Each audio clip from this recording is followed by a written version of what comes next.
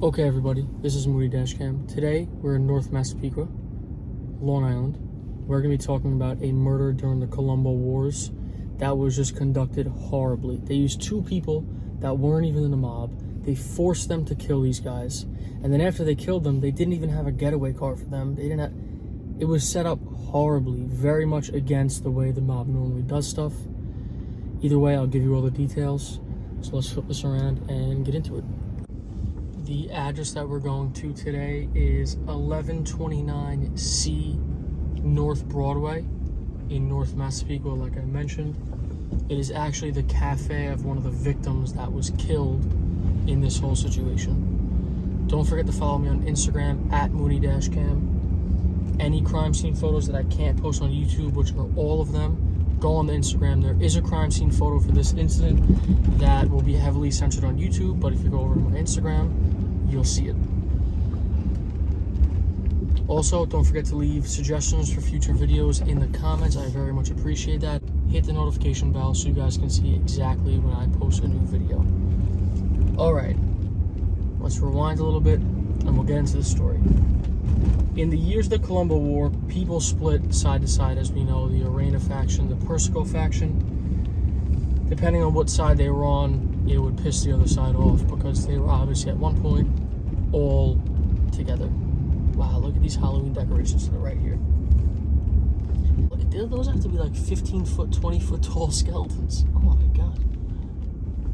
They go hard. And one guy in particular that went over to the Arena faction, John Minerva, it pissed off people in the Persico faction because he owed high-ups in the Persico faction hundreds of thousands of dollars. So now you're just going to go over to the other faction, become an enemy, and you're obviously not going to pay him if you're an enemy. That's their thought process anyway, which is probably the right one. So with pretty much no real plan of action at all, no crash car, no dry run of the hit that they want to commit on John Minerva, they put the plan into motion. This guy named Eric Curcio, a wild murderer from Carroll Gardens, he was a Colombo associate, went to pick up his two friends, 25-year-old Robert Ventriglia and 22-year-old Anthony Calandra, to go, quote-unquote, club hopping. Obviously, that's not what they ended up doing. Both of them were not mobsters by any stretch. Robert, though, was very scared of Eric, since Eric shot him randomly on Super Bowl Sunday previous to this. Anthony was a janitor, and Robert's wife's cousin was dating Eric. That's kind of how they all knew each other. And Eric and Robert had a little drug dealing and credit card scam racket going on. So he picks them up. He drops them off outside of a cafe, the Broadway Café where we're heading to now. He gives them high caliber handguns and tells them to murder anyone who got in that Cadillac parked out front. It was a champagne Cadillac. They're too scared to say no, since Robert knows that he'll shoot you randomly at a Super Bowl party, so why would he not kill you over him asking you to murder somebody? So obviously, they wait there with the guns. Eric drives off to go meet with Tommy Shots Gioeli, captain at the time, and his uncle Joe Monteleone, another captain. They meet at Boundary Avenue Strip Mall, which is right up the block. They keep everyone updated on what's going on. Then a few of them go over to John Minerva's house, like as if they had nowhere to be. You know what? Let me see, without getting out of the truck. You see right there, that strip mall? That is Boundary Avenue Strip Mall. If anyone watching that maneuver, they'd be a little bit concerned. But hey, we all know the cops have too much respect for me to stop me. So, right over here, the building that says dance on it, that was 1129C. Pull up right out front. We actually might be pulling up exactly where the Cadillac was pulled up when this all went down.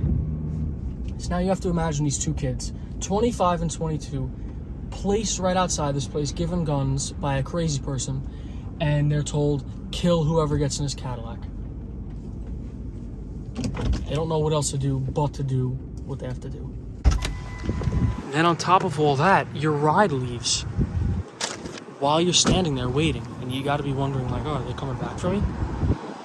And of course, they didn't. As they're putzing around, Anthony and Robert pull off the hit, right? This was the Broadway Café, and I believe right here, the Cadillac was parked. Say hi to the truck, don't disrespect it, you know how it is.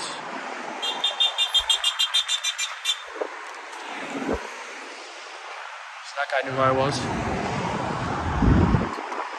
So yeah, this dance studio. Hope no one's in here today. I would look crazy walking up and down out here, but either way. So they pull off the hit, but it wasn't only John Minerva that hopped in the car. John Minerva was a Colombo soldier, so obviously he's in the game. But he was with a guy named Michael Imbergamo, who had no affiliation to the mob other than knowing John Minerva. Tell me what. Oh, I love a little alleyway. Look at that. So he had no relation other than knowing John Minerva. So it was possible that he was just around him for protection, since there was an attempt on John Minerva's life 2 weeks before this. He might have said, hey, I want somebody around me for the next, couple weeks, maybe a month or so, till everything calms down, which we know things didn't calm down for a while from the Colombo War.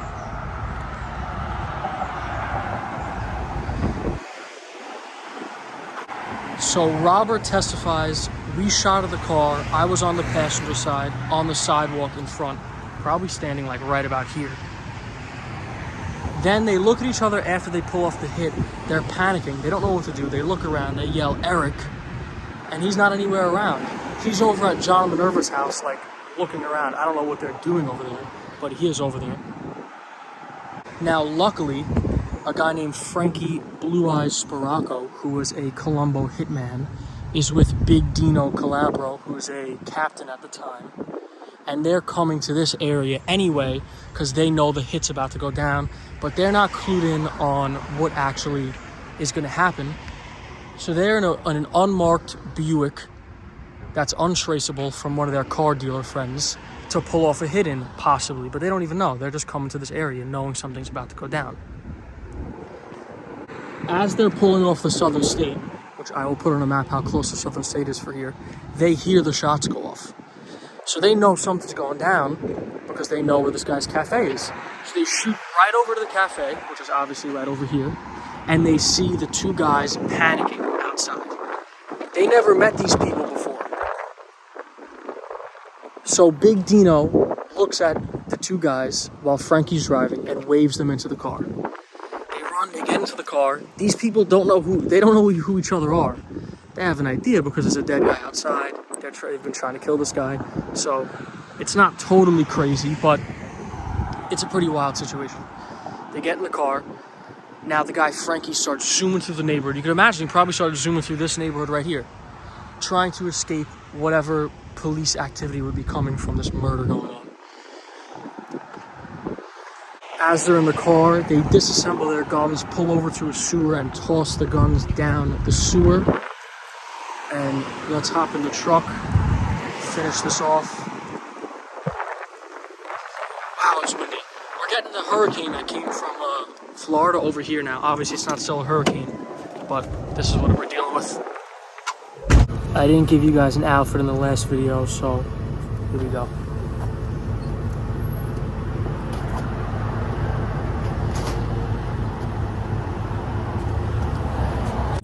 So Robert and Anthony, the two killers, were both told the police that they were scared for their lives, which was true. They understood the consequences if they said no to the situation, and the police also understood that they were probably right. They probably would have been killed if they didn't carry out this hit. Weirdly enough, the guy Anthony originally said that he was a part of it, then tried to say that he lied and he wasn't really a part of it. He was at a bar the whole time. Even though several cooperating witnesses said he was there, and he even bragged about it after the fact that he was there. So I don't know what kind of weirdness that was. Either way, Tommy Shots was very nervous that he was going to get shit for how unprofessional this hit went down, and nothing ended up coming of it. So he was fine in that sense, but obviously we know a lot about this murder, so there were a lot of people that cooperated. I just thought this was weird. I go months and months and months without anybody recognizing me, and then in the last video and in this video, I get recognized. Very odd. Alright, that was a quick one, but I hope you guys enjoyed, and I'll see you in the next one.